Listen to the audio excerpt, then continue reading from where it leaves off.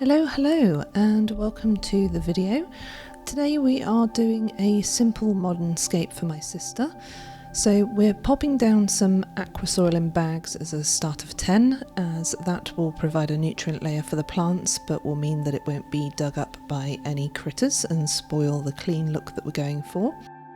We're then capping it off with some gravel just to give some height towards the back of the tank, because that gives an appearance of distance in the tank, as well as providing some depth for planting above the aqua soil bags. The sand we were limited on, so we filled the front corners with a different colour and then are choosing a pale grey decorative layer on top. As mentioned, my sister wanted quite a clean look for this one, so it's going to be quite modern and grey, which kind of goes with their living room. And we just need to check when we're doing this that there is enough depth for us to plant the stem plants into.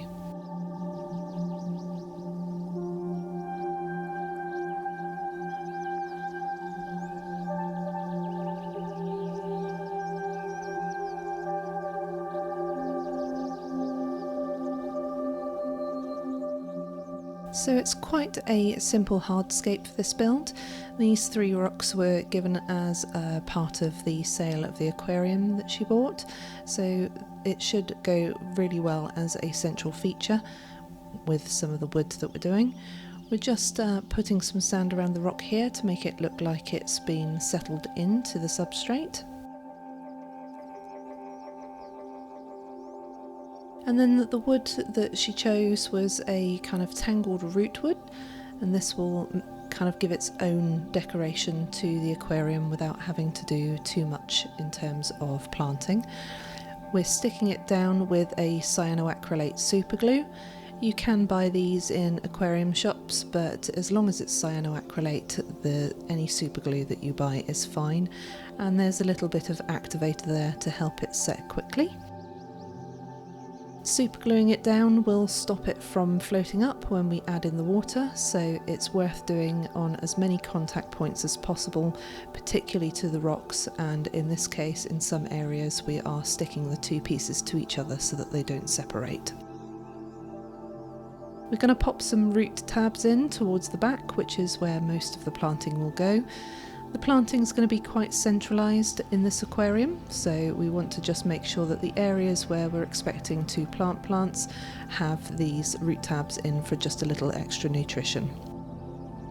Planting wise, she wanted a curtain-like appearance towards the back, so we've got some Vallisneria here, which will go tall and will bend quite nicely in the flow of the filter that's situated on the left-hand side. And then here we have got some Hygrophila corymbosa Thailand here. I quite like this one. It's quite a woody plant and grows quite straight and tall. It's got a different leaf shape to the Vallis. And just looking at the rest of the places where we want to put this, we've got some Hygrophila pinnatifida that you can see there with the ferny texture, as well as some Cryptocoryne that I've taken out to one of my aquariums recently. I think this might be a wendtii brown that's been well established. So we're popping these in the slightly shadier areas. Except that we didn't like that in the centre.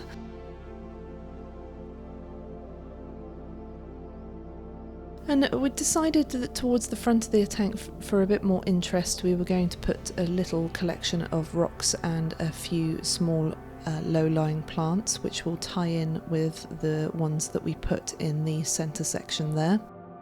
This is Pogostemon helferi.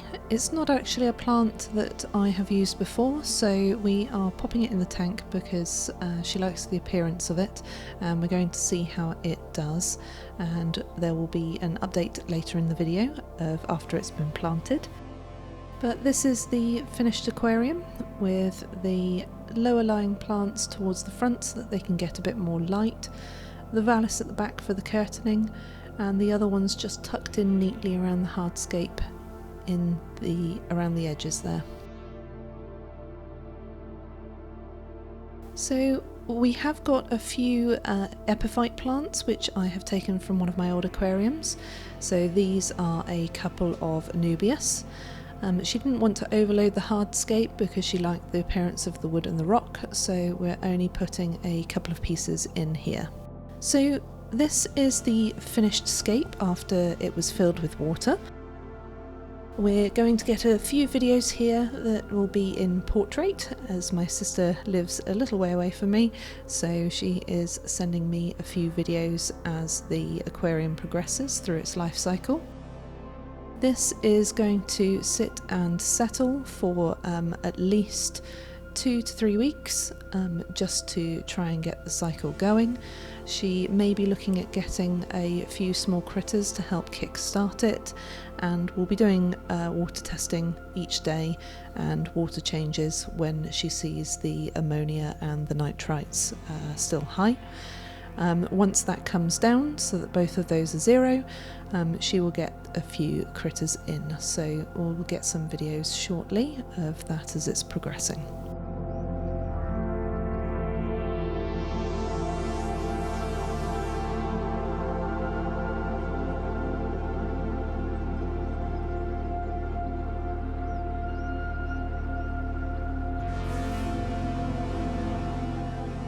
So she sent me this video for some advice, so I thought I'd keep it in.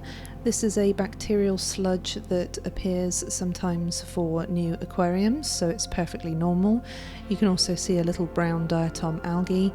You can get rid of it using a siphon as you do your water changes, but otherwise it will eventually balance itself out, and snails can help too. This is the very first critter. This, as you can see from the slight waving between the rocks, is a giant African shrimp, who are filter shrimps. And these are the first fish a few weeks later, along with the shrimp. So my sister adopted some fish from my dad's aquarium, which was being broken down due to a house move. So these he's had for years, and are the remains of the schools that he had. They are Rosy barbs and some bleeding heart tetra. So this was a nice introduction into the aquarium because it's a small number of fish which will not kind of overload the bacteria for the nitrogen cycle, so it's not too much of a heavy load for the aquarium at this stage. And as you'll see later, she will be looking to increase the schools to a more comfortable size for them.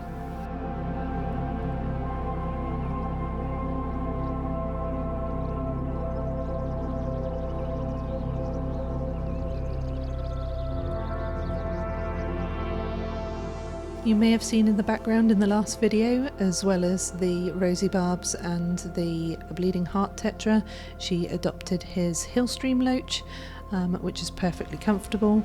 This is a couple of days later, so you can see that the fish have settled in much better and are freely swimming around the tank. The barbs are quite busy, kind of lively fish, so they are much more out and about than the bleeding heart tetra. But as you can see, this is feeding time. They're all quite happily coming out and eating, so appear to be very comfortable in the aquarium now. The water, as you can see, is cleared up. You will notice that there is a lack of foreground plants. Unfortunately, all of them did melt, so I will need to work with that one a little bit more. The shrimp are still hiding in their little caves, and the second one has found a little cave over here by the airstone.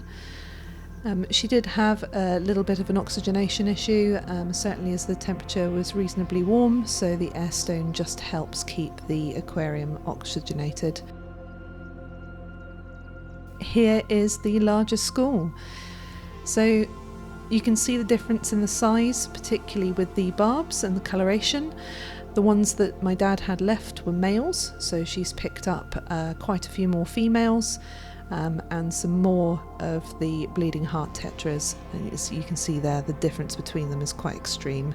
The other older fish have been around for years, whereas these are quite new fish from the fish shop.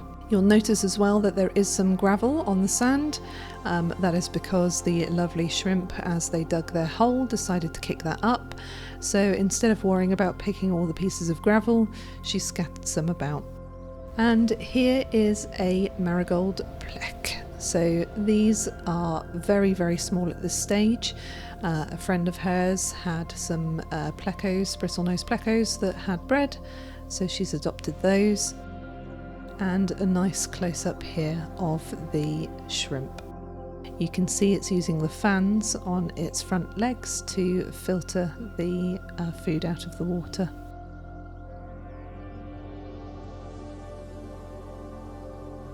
So gradually she added in a few more plants, just dotted here and there as and when she saw them.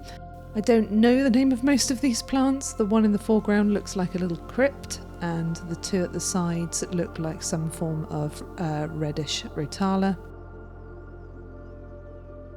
But this is what the finished scape looks like. It's actually got more plants in it than we were originally intending, but she likes that look now. And as you can see, it has settled in very, very nicely. Just going to leave you with a little video now, and as always, thank you very much for watching. Please do like and subscribe, and I'll see you again next time.